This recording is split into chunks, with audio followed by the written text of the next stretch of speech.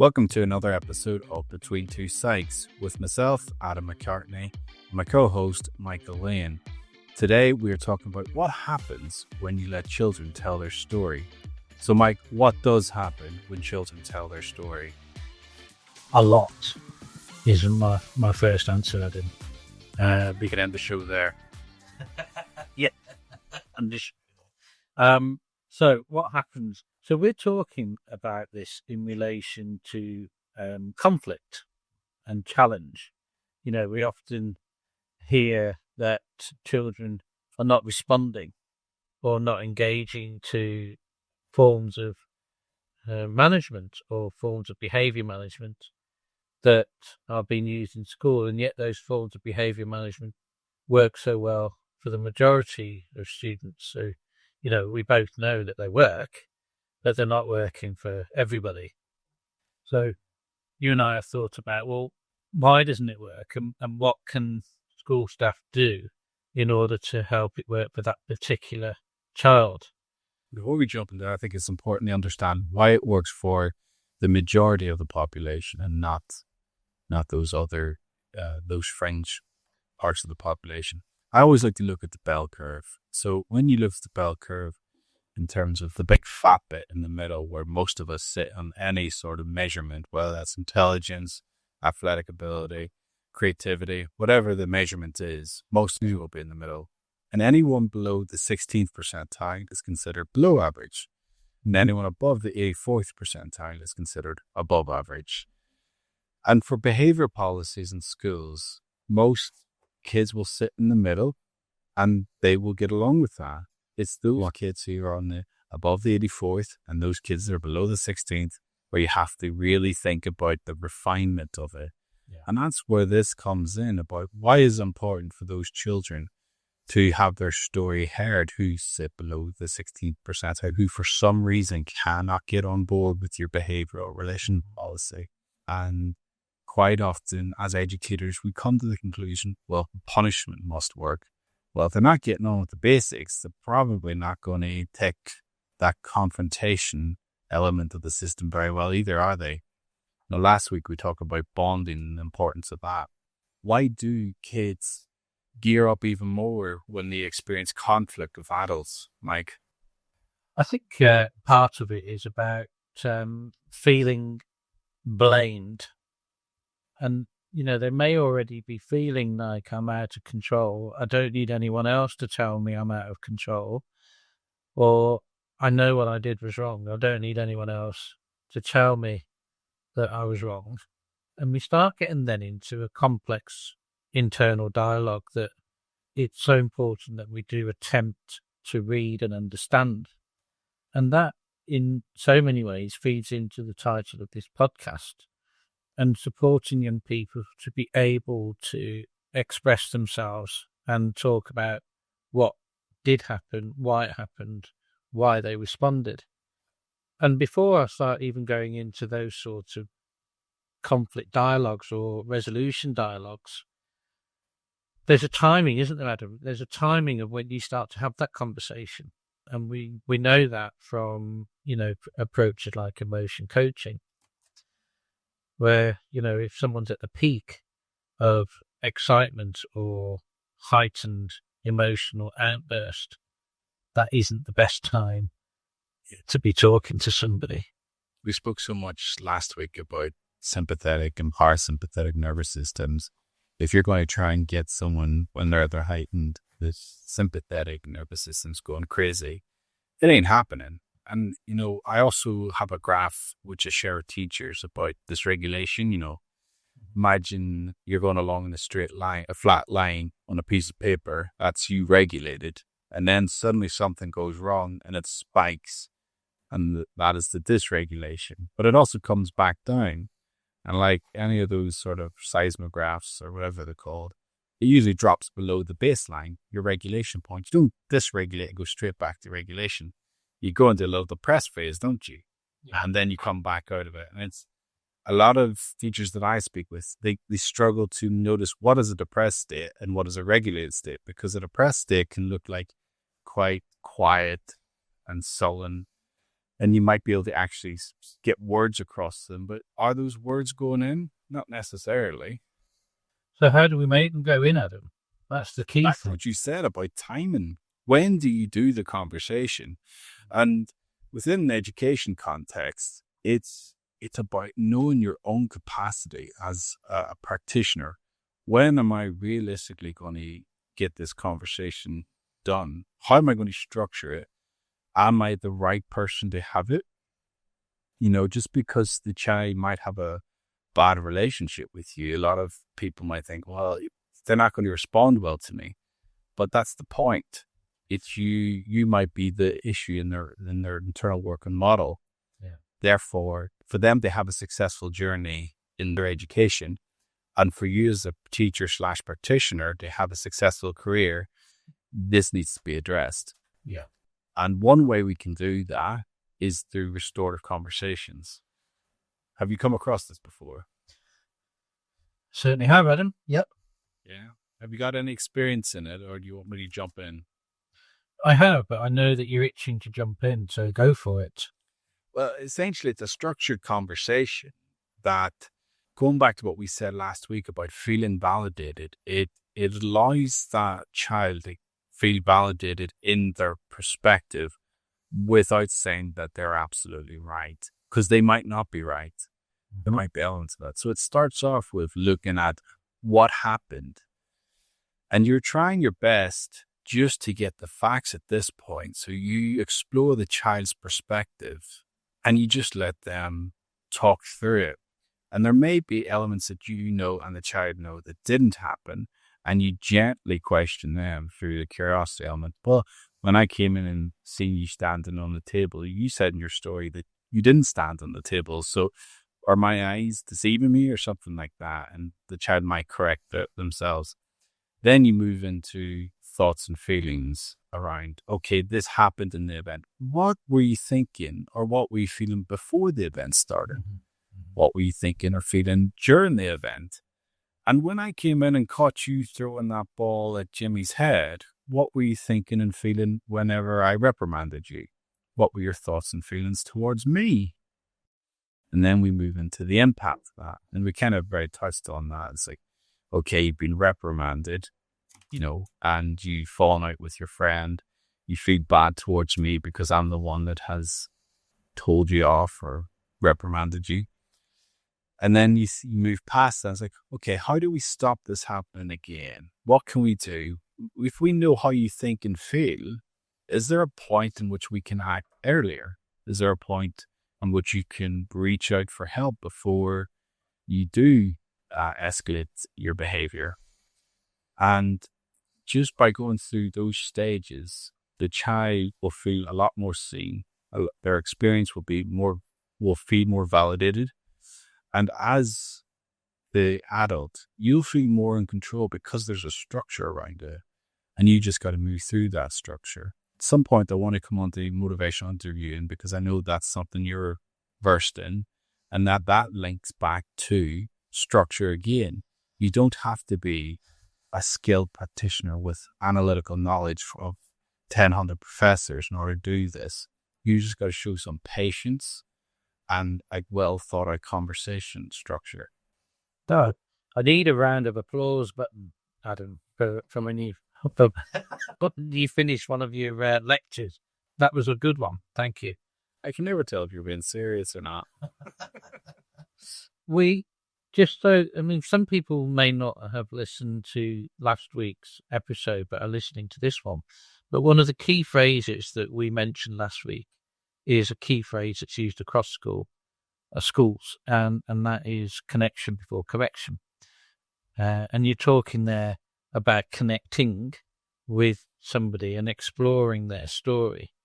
And, there's a lot of approaches to support that type of conversation. What I liked as well that you talked about was basically where do we go from here? How can this be stopped happening in the future? There's a conversation I learned at coaching when I trained to be a life coach, and it was based on the cognitive behavioral therapy approaches, so using thoughts, feelings, and behavior if I think about that as a triangle, on each point of the triangle is thoughts or feelings or behaviour. And you can start to explore what the person was thinking if they're able to articulate that, or what they were feeling, or are able to talk about their behaviour. But whichever one you start, it will help you move into the other two. So it doesn't have to be starting with thoughts. It can start with behaviour and then go to feelings and so forth. But that explores the situation as it was. You can then very easily switch to, so how would you like to behave? And when you behave like that, what might you be thinking like? And when you think like that, how might you be feeling? And you can start to build up quite a quick shift in thinking and internal dynamics within a young person by a simple conversational strategy. Yeah. And it's funny, that model you put, I think you might have said CBT. Do you also It was, yeah. bit of dialectical behavior therapy as well? But again, it all comes down to thoughts, feelings, and behaviors, how those three interact with each other, improving the way someone thinks and feels, whether they're a child or an adult. It'll be interesting, for any leaders listening to this podcast, if they done that similar structure with an adult who was struggling with a child. Yeah. Yeah. You reprimand that child and blew up in your face, essentially. What happened? What were your thoughts and feelings in it? And, weeks ago, we spoke about the empowerment model, and we spoke about the need to feel like you have some sort of autonomy and control. And I feel for a lot of teachers that the behavior policy is designed to bring back an element of control. So quite often they label punishment in that or some sort of sanction. But what if reframe control not to be about systems, cause, input, and output? What if it was about control of dialogue, how we can converse with one another, rather than consequences? That if there was a shift in training or a shift in just general practice of curiosity, go back to Dan Siegel's model of pace, what if what informed most aspects of education was, I'm going to be curious about this behavior rather than I need conformity, I need compliance. Yep. You've got Dan Siegel on the brain here, Dan. That's Dan Hughes' model, pace. Dan Siegel is he's the man with the palm. And sorry. Do you remember? Yeah, you're so geared into cognitions. But just so in case anyone rushes off to find Pace by Dan, it's Dan Hughes. But you're right, and this isn't just an educational psychology thing. This is something that is, I find, sweeping many, many schools, which is the power of affirmation rather than, the power of consequence. We know from common sense you need a good balance, but affirmation and reaffirming is proving to be so powerful in its impact on young people and the impact, to use that word again, upon future changes that come about from them. I mean, you and I have talked about many things in the past, and like everybody else, we can be our own worst enemy and be very critical of ourselves. And it's important that we catch that and change that self-criticism into an affirmation and start to build people up. And we know the power of that. Yeah. As we go through this conversation, envisaging that there might be a dilemma or differences of opinion between implementing these strategies at a primary school level and at a secondary school level, do you feel these conversations can happen readily at a secondary school?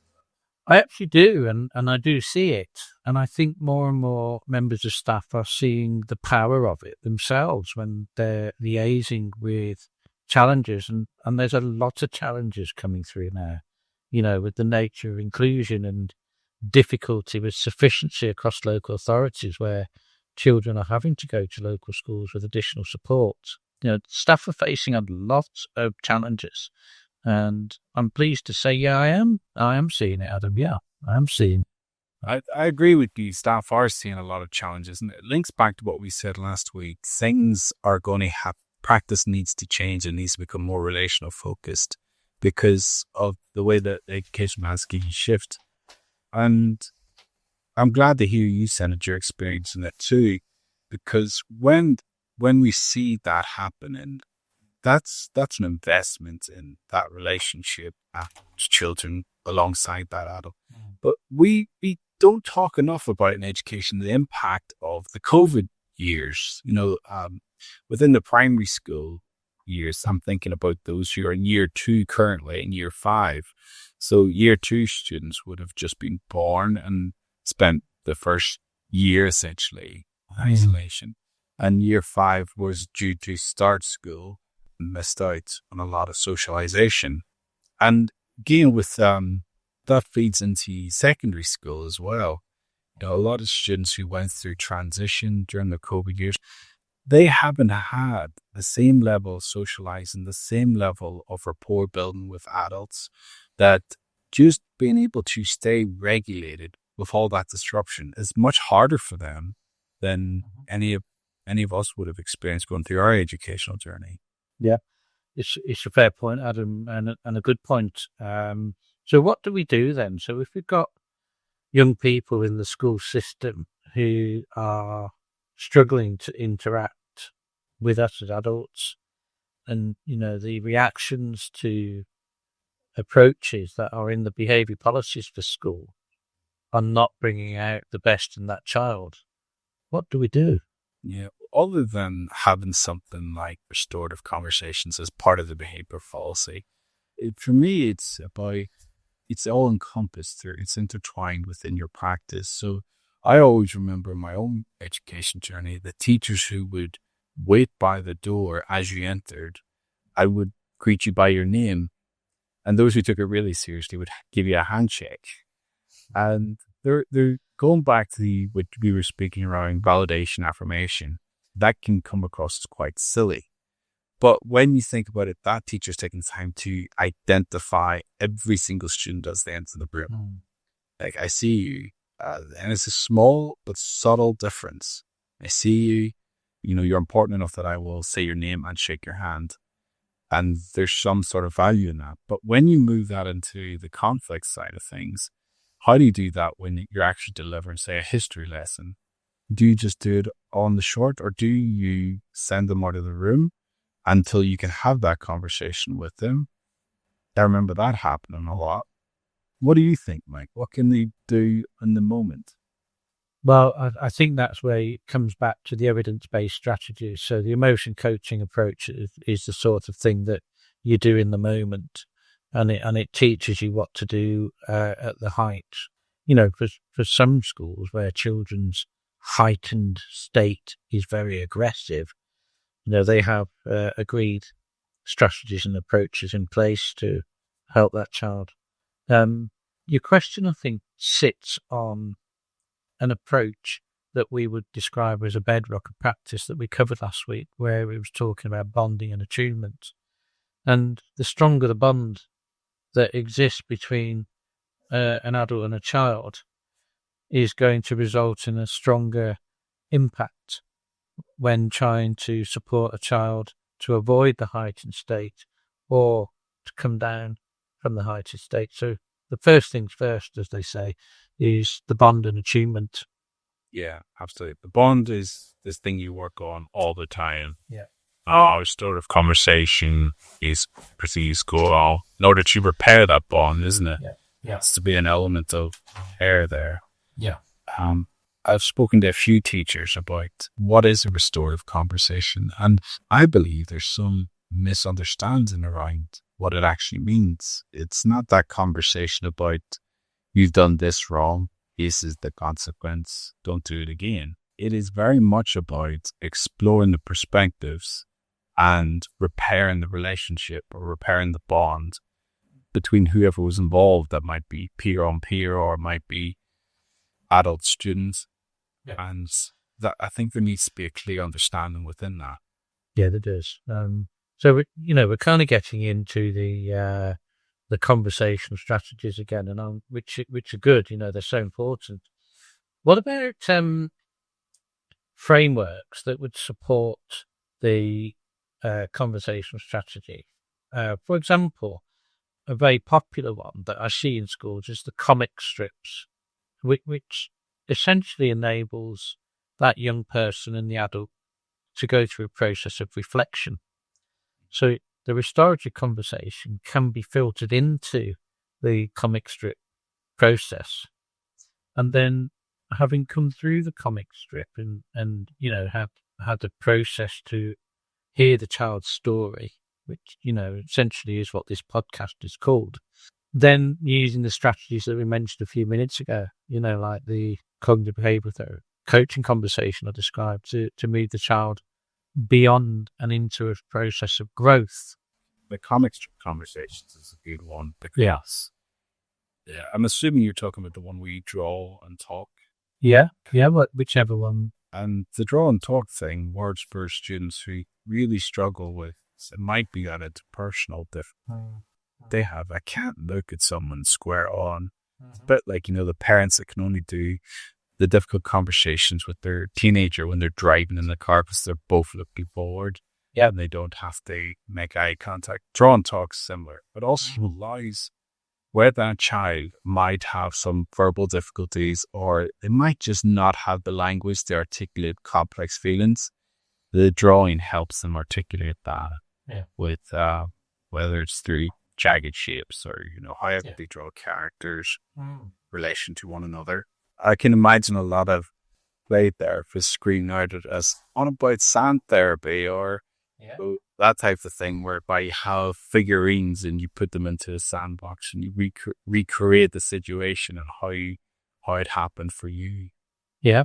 I mean, if the resources are there, Adam, it's fine. These methods, they don't always have to be an hour long or half an hour long. They can be very, very quick. You just have to have the resources there. But, going back to the frameworks idea, we've got the comic strips. The other one is one you mentioned earlier, is pace, playfulness, acceptance, curiosity, and empathy. Again, filtering these conversations in that we're talking about. But we might have, I don't know, a 15, 16-year-old who absolutely does not want to be doing drawing and talking. So we could then think, okay, what about play? And one of the things that I've found useful for teenagers is the gaming stations. It's still playing, and it still gives me an opportunity to sit and to match and pace with that child. I don't mean pace in this one, but actually go at the same speed as the child. And that using PlayStation and Xbox. That sort of thing, or whatever's available in the school. It could be. We play now. Yeah. It could be iPhone game, anything, it's, but because we're playing, we can then get into that pace framework, particularly the curiosity and the empathy bit is going to be very powerful for dealing with conflict and hearing the child's story. Yeah, I don't believe you. I think you just want to play Sonic. You're absolutely right in the sense that the curiosity element can come out. So you're by playing a game or doing something that's a shared activity, one, it goes back into what we've said before by reinforcing the shared identity, reinforcing the bonds from last week. But curiosity is important because curiosity allows you to explore a topic without being threatening. Yeah. And for many, many children, that threat element is so important to them that they avoid that. You got to remember, one, they're younger than you. They're less mature. They're a teenager. They're probably going through some sort of puberty, hormonal change. That they're very young. They're very aware of their vulnerability against someone who's bigger than them. So anything that's seen as threatening just can result in a shutdown. The fight or freeze or flight, fight or freeze. Don't know why that left.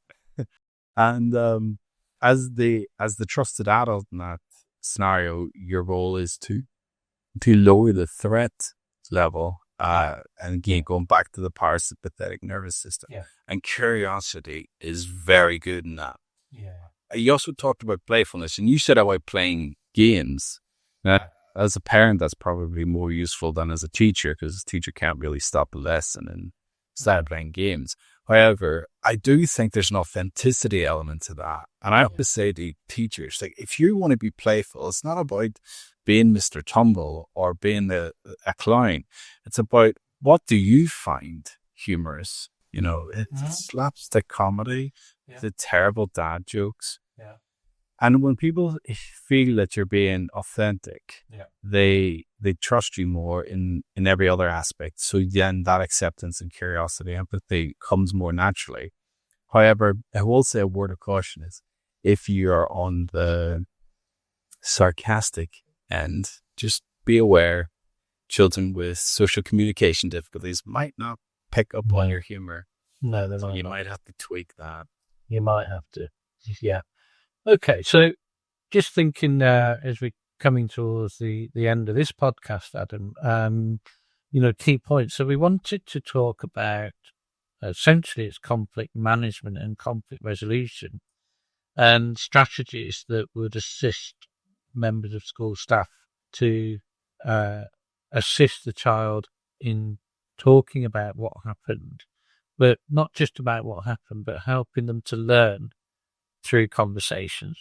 So we've mentioned the restorative approaches. We've talked about cognitive behavioral therapy and coaching. We talked about comic strips, or using Dan Hughes' model of PACE. Not Dan Siegel. Can you remember any other major topics from today that would be good just to summarize? Well, there was the restorative conversation part, the structure of that. Yeah. Which is what happened, thoughts and feelings, the impact of that, generating solutions. We just revisited a lot around identity, bonding, the importance of repair. Yeah. And I think ultimately it's about lowering that threat level so that you can restore that relationship and support that child through generating their own solutions. We also talked about comic strip conversations. Yeah, we did. So there's a few strategies in here, and these things we're talking about can be found on the internet or YouTube. They can be explored with external specialists who visit the school, including and talking to us. And if you have any questions, you can certainly contact us in the comments below on this, or you can contact me through my website, which is ridgewaypsychology.co.uk. And Adam, your website? DrAdamMcCartney.com. Thanks everybody for listening, and thanks again, Adam, for sharing this time. You too, Mike. Cheers. Bye-bye.